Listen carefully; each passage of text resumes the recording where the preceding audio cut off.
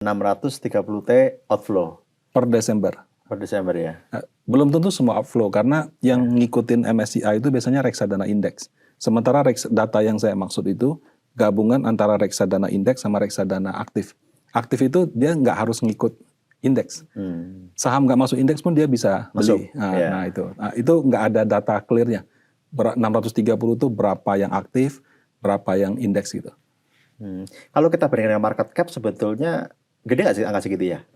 630T itu kalau di Desember Pak, kalau nggak salah market cap kita sekitar 15.000 T Pak. Ya 16.000, 15.000. Nah ya. T. Kalau misalnya kan asing kan nggak cuma reksadana, ada sekuritas, ada asuransi, ada institusi keuangan dan lain-lain. Nah kalau itu dijumlahkan semua Pak, itu kalau yang kepemilikannya di bawah 5%, itu sekitar 2.300 T. 2.300 triliun. Ya, sekitar 16% lah dari market cap kita. Besar. Besar, ya. Dan sangat penting. Ya, nggak semuanya MSCI, nggak semuanya FTSE. Iya. Tapi ya kalau misalnya ibarat MSCI bilang, ini mainnya seri C nih, bukan seri B. Wah, saya juga terketir nih, saya taruh di negara ini, oke nggak gitu? Kan kayak obligasi lah. Orang bilang ada yang ratingnya triple B, ada yang single A, ada yang triple A gitu. Saya cuma mau masuk yang ratingnya single A. Tiba-tiba dia turun ke triple B. Bukan masalah perusahaannya nggak bagus, Pak. Tapi kebijakan investasi saya nggak bisa, Pak. Beli saham yang masuk ke triple B ini. Nah, itu kira-kira seperti itu. Kalau seperti itu, mereka udah nggak melihat fundamental lagi ya. Perusahaan bagus pun kalau memang tidak masuk di MSCI atau tidak direkomendasi MSCI, mereka nggak masuk ya memang ya. Kalau untuk reksadana indeks, iya. Karena dia sudah ada kebijakan investasi, Pak. Misalnya, kayak di tempat saya Pak, kelola panin IDX 30. Kalau di luar IDX 30 saya nggak bisa beli Pak. Betapapun bagusnya perusahaan itu, prospeknya, kalau dia keluar dari IDX 30 saya harus jual. Ada perusahaan baru masuk IDX 30, saya most likely akan beli. Walaupun secara peraturan OJK, saya punya spare boleh beli up to 80%. Jadi misalnya 30, saya boleh beli 24 saham. Saya boleh 6 saham, saya nggak beli. Tapi kalau misalnya saham yang masuk, pengaruhnya besar, most likely saya akan beli. Nah itu reksadana indeks. Tapi kalau reksadana aktif mungkin tidak. Ya. Nah, jadi memang yang paling reksadana indeks tadi ya. Ya, yang indeks. Nah kalau yang aktif mungkin secara sentimen mereka terpengaruh, secara trust mereka terpengaruh. Tapi secara kebijakan ya itu masih bebas Pak. Tadi BlackRock itu berapa Mas dana kelolaannya? Per 28 Januari Pak. iShares Emerging Market, jadi satu reksadana indeks Pak ya, yang ada saham Indonesia sekitar 1,2% itu 26,8 billion. 26,8 billion dengan kurs 16.750 Pak, itu 449 T Pak. Satu reksadana indeks ya? Satu reksadana indeks. Satu. Kan ada banyak Pak, kan indeksnya ada banyak sekali. Terus kan nggak cuma BlackRock. Ada juga MI yang lain yang mungkin menggunakan MSCI juga. Sedemikian signifikan ya pengaruhnya. Karena itu ya wajar kemarin 2 hari ini begitu ada putusan MSCI, market langsung meresponnya.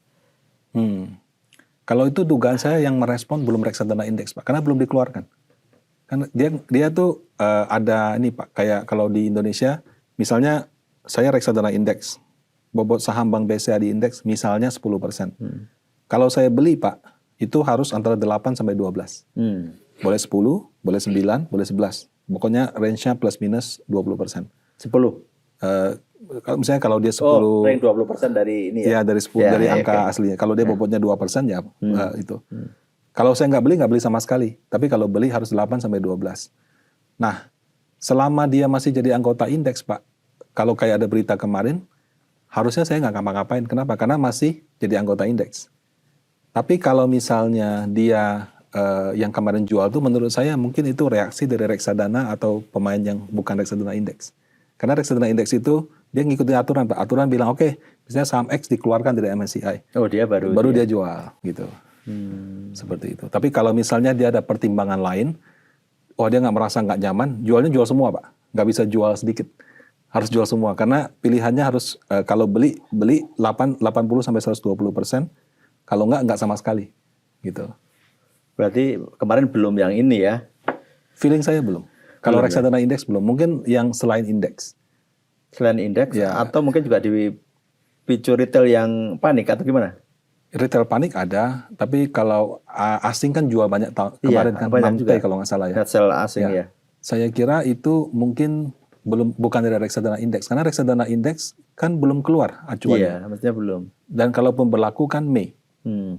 Nah itu yang saya lihat sih harusnya bukan dari reksadana indeks, tapi bisa aja tercampur, Pak. Jadi reksadana indeksnya merasa wah ini kalau kayak gini daripada saya ada apa-apa, mungkin saya cabut dulu.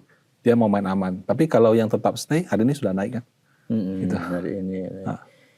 Menurut Mas Sudianto, jadi apa nih yang harus kita lakukan ini biar tetap MSCI percaya sama kita? Itu apa yang harus kita lakukan, terutama mungkin regulator ya? Ya, karena kalau kita sebagai investor, nothing we can do, Pak. Itu sudah Nothing we level can do, ya. regulator, ya regulator. Yeah. Regulator dalam hal ini OJK. Tapi terdampak sekali nih. Melihat komen-komen di media sosial itu kan, waduh luar biasa gitu. Betul.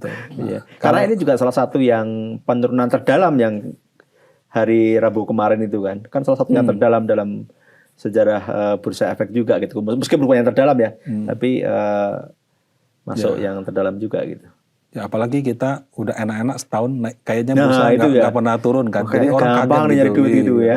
Kayaknya. Begitu dikasih begini, wah. Iya. Nah, kalau menurut saya yang masalahnya kan sudah clear. MSCI dia nyatakan dia tuh punya sanksi terhadap data di Indonesia.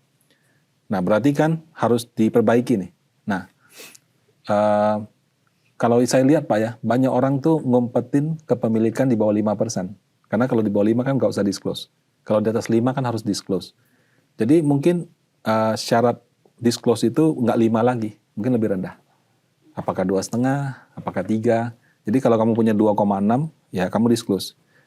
Tapi Pak, kalau nanti 2,5, nanti dia nomininya tambah banyak Pak. Jadi di 2,4, 2,4. Ya bisa, tapi gini, kalau kita nitip uang di orang kan, kalau tiba-tiba dia pergi gimana?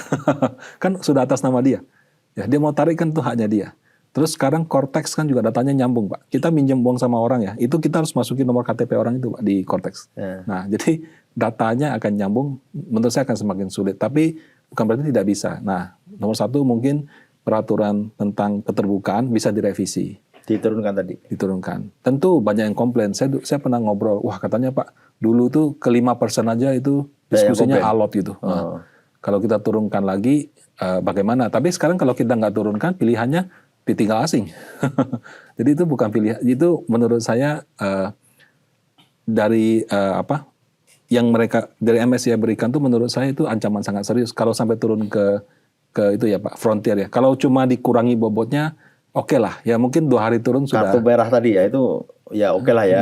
Kalau sampai turun liga itu yang wah itu sudah kayak obligasi itu ibaratnya yang tadinya investment grade jadi non investment grade, itu sudah bahaya. Jadi kalau memang kepemilikan yang orang umpetin di bawah 5%, mungkin bisa diturunkan.